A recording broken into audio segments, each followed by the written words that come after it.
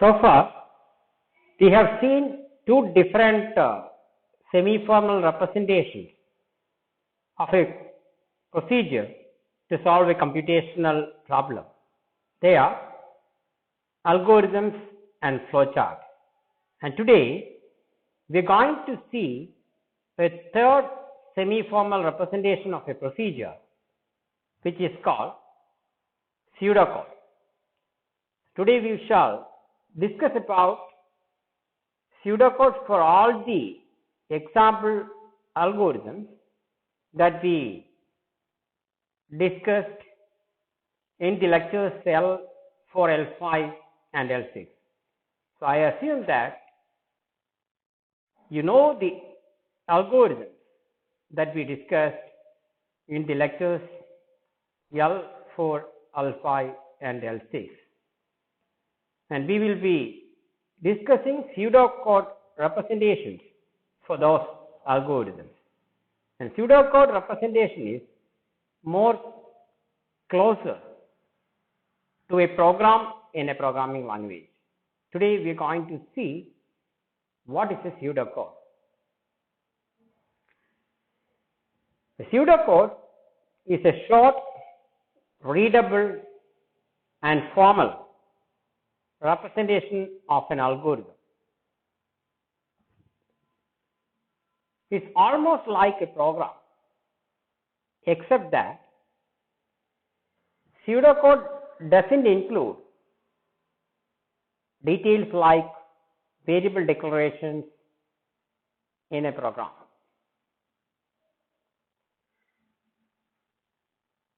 And non-programmers can also easily understand the logic represented by a pseudocode. A person who knows a programming language can understand a program, but to know what is represented by a pseudocode, no programming language syntax is required. Of course, it's not based on any programming language, it's independent and general. And when compared to a program, a pseudocode cannot be compiled or executed. You need to convert a pseudocode into a program. But when compared to an algorithm, the conversion of pseudocode into a programming language will be more easier. Now we can try to look at the example pseudocodes representing our algorithms. First, look at a pseudocode for finding the largest of two numbers a and b. Here is a pseudocode, and in the pseudocode you have short codes representing actions or statements. For example, read, print and stop are representing actions, and if then is representing a conditional statement, and else is also representing a conditional statement. If this condition is true, then you have to print A, and if it is not true, is what is represented by else, you have to print B. So this is an example pseudocode, and here we are discussing about a pseudocode construct, which is if then else. If a condition is evaluated to true, then do this statement block 1 here.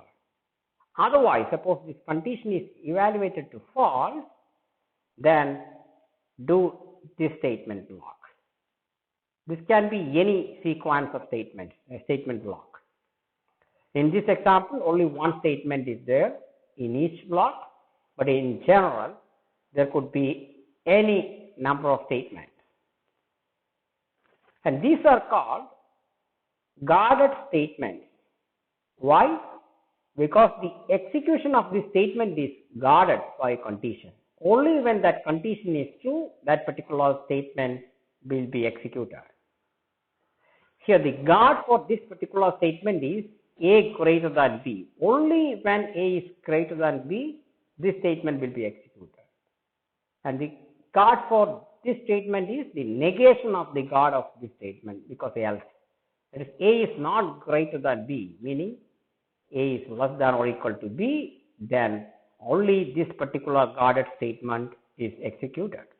So these are guarded statements. And I hope the logic is very clear. If A is greater than B, then you are printing A as largest, otherwise you are printing B as largest. Now look at the pseudocode for representing the algorithm to find the largest of three numbers A, B, and C. Here is an example pseudocode, and here you can see that we are using what are called nested if then else construct. You can see that within an if clause there is another if else clause, that is nested if then else. Similarly, in the else clause as well, there is another if else clause. In general, within an if statement you could have any statement block. It could be an if statement or a sequence of assignment statements, or whatever you want to have, you can have it. And if you look at the logic represented by the pseudocode, when are you printing A? When both these conditions are evaluated to true. You will come inside this if statement only if A is greater than B. So you are inside here means A is greater than B, and you are printing this means you are inside this if, that is both these conditions are true, that is A greater than B and A is also greater than C. In that case, no doubt A is the largest. Look at the other case. Here you are coming inside this if and hence A is greater than B. But you are going to the else clause, that means this condition is not evaluated to true. So the opposite of this condition is true. What is it? A is less than or equal to C. So the guard for this particular statement can be, because it's nested if A greater than B and A is less than or equal to C, because it's in the else part. So if that is the case, you know that A is greater than B. Among these two, A is greater. But when compared to C, C is greater than A. So you can easily see that C is the largest in this particular case. Third case here is this, when you will be executing this print. So you are not going inside this A if, that means A is less than or equal to B. You are coming to the else part. But you are going inside the first if in this else. That means A is less than or equal to B because of this else, and B is greater than C. So between A and B, B is greater, and between B and C, B is greater. And so you are printing B as largest, which is what you need. And finally, the last and fourth option, you are not going inside this if means A is less than or equal to B, but you are not even going inside this if. So it's again the negation of this condition, which is B is less than or equal to C. So between A and B, B is largest, and between P and C, C is largest. So C is the largest here, and you are printing it correctly. See, not that when compared to an algorithm, this is using some mnemonic cards for operations, and also it is using the stop just like an algorithm, but there is no start. With this, let us proceed to the next problem, which is pseudocode for finding the largest of n natural numbers. We are going to look at a pseudocode representing the algorithm that we devised. Here is a pseudocode representing our algorithm. What is it doing? Here we are introducing another construct which you can use in a pseudocode, which is called do while construct. And what is it saying is, as long as this condition is true, you repeatedly perform this statement block.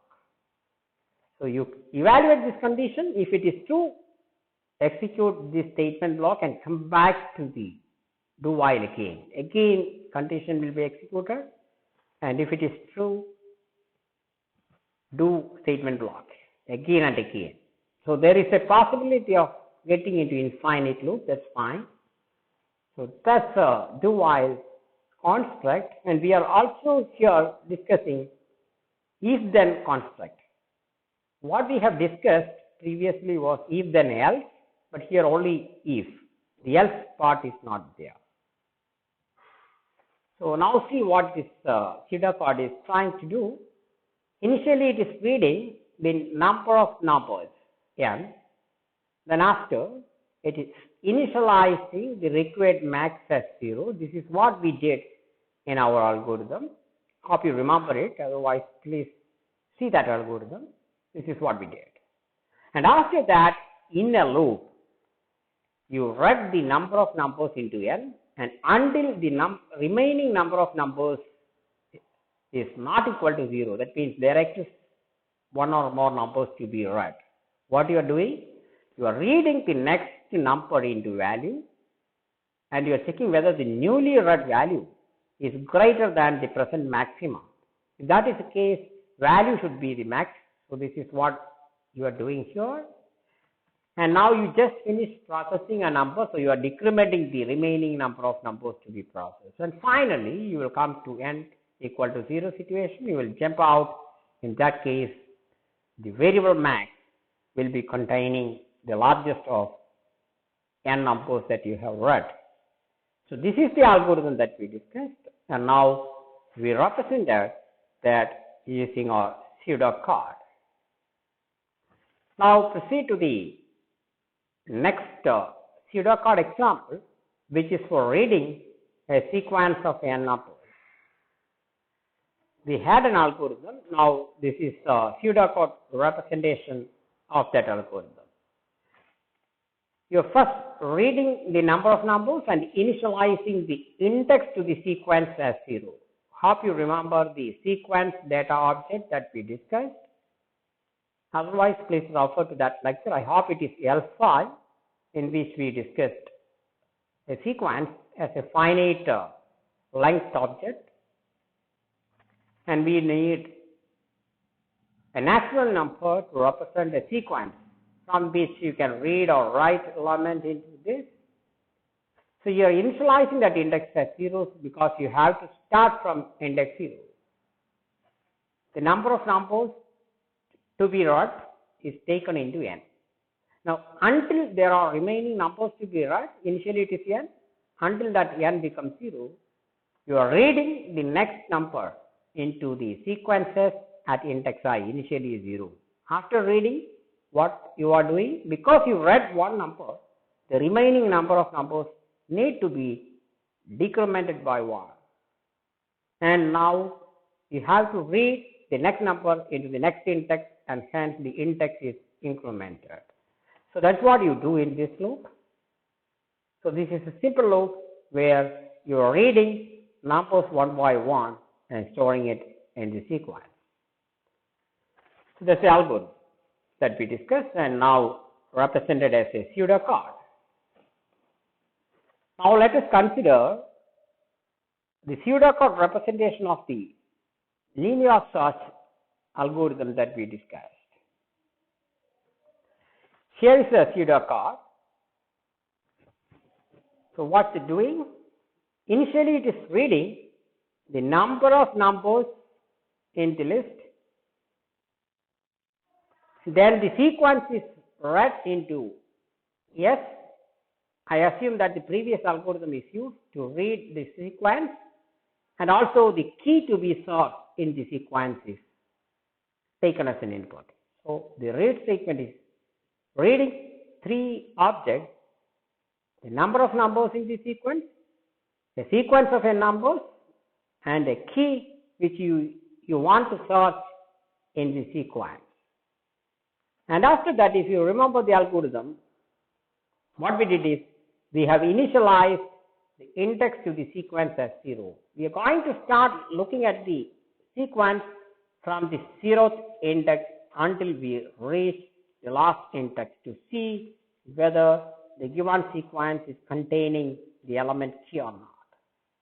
So after that, if you remember in a loop, what we did is, until there exists one or more elements in the sequence, initially n elements are there in the sequence. So what you do is, you are looking at the first index and see whether that index is containing the key as its element. If that is the case, suppose you are searching for 90 and 90 is contained at index 0, then this match occurs and you can see that, you can print that, yes, I found key at index I. In that case, you finished your operation, so you can stop. And suppose you're coming to this statement, that means you have not stopped. That means you have not gone inside the if. That means the current element is not key. In that case, you just finished an element in the sequence, examining an element in the sequence. So you have to decrement the number of numbers remaining in the sequence by 1, and you have to position the index to the next element. So you are incrementing I.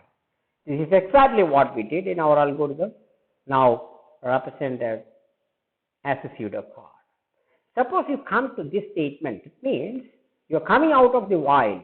That in that case, you have examined all the elements, all the n elements in the sequence, and you failed to find key in the sequence. That means in that case, when the control comes to this statement, key is not present in the sequence, so you can declare it. And now I think you can see why stop is used in pseudocode.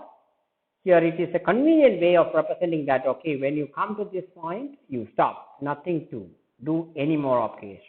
So there could be more than one stop statement, but in any execution, for any input, only once the stop statements will be executed.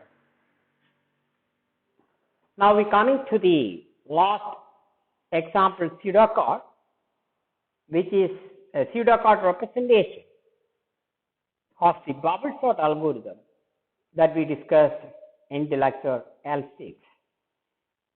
Here is an example representation of the algorithm in pseudocode. We can see what it is doing. It's initially reading the number of numbers n and a sequence of n elements s. And if you remember, what we did after is, we have initialized the round as 1, and you can see that here we are using something called a nested while. Inside a do while, another do while is used. So this is what is called nested use of do while.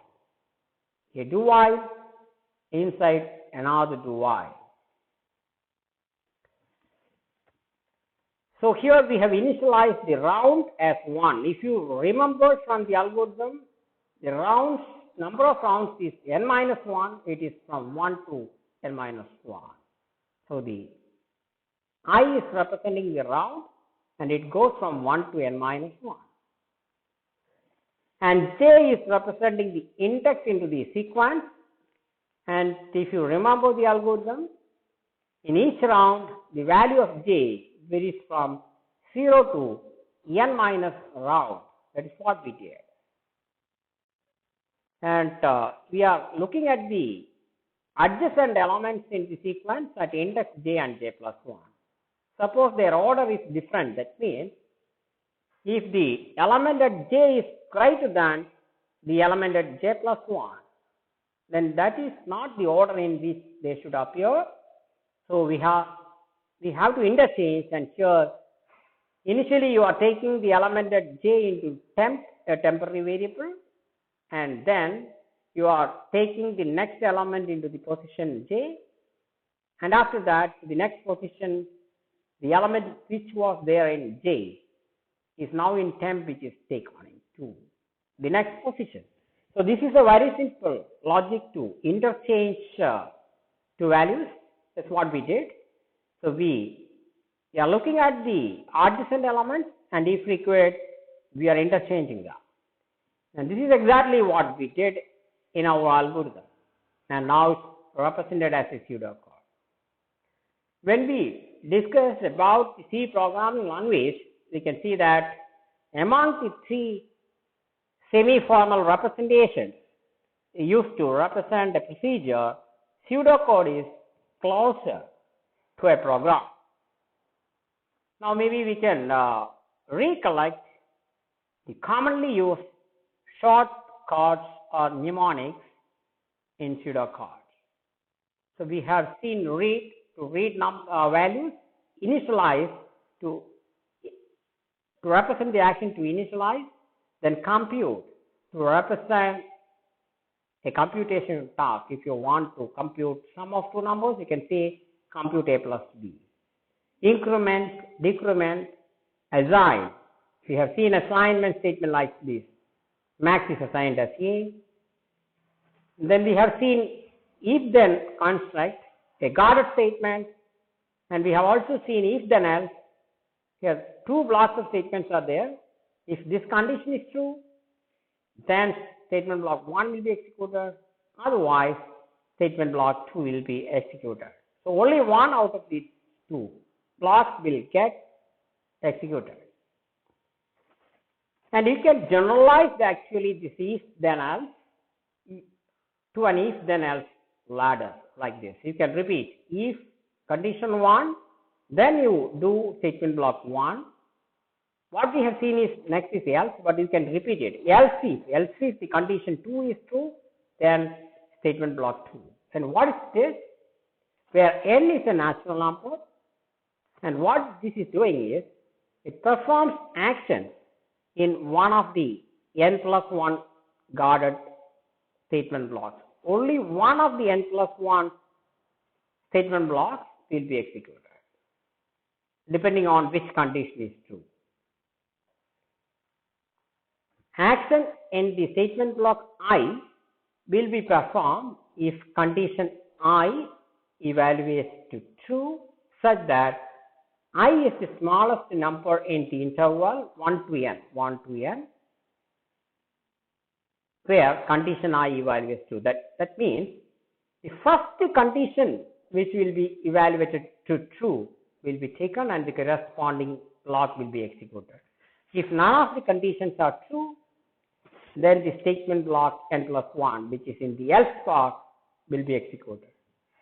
It's not very difficult to see. It's just a natural extension of the if-else construct.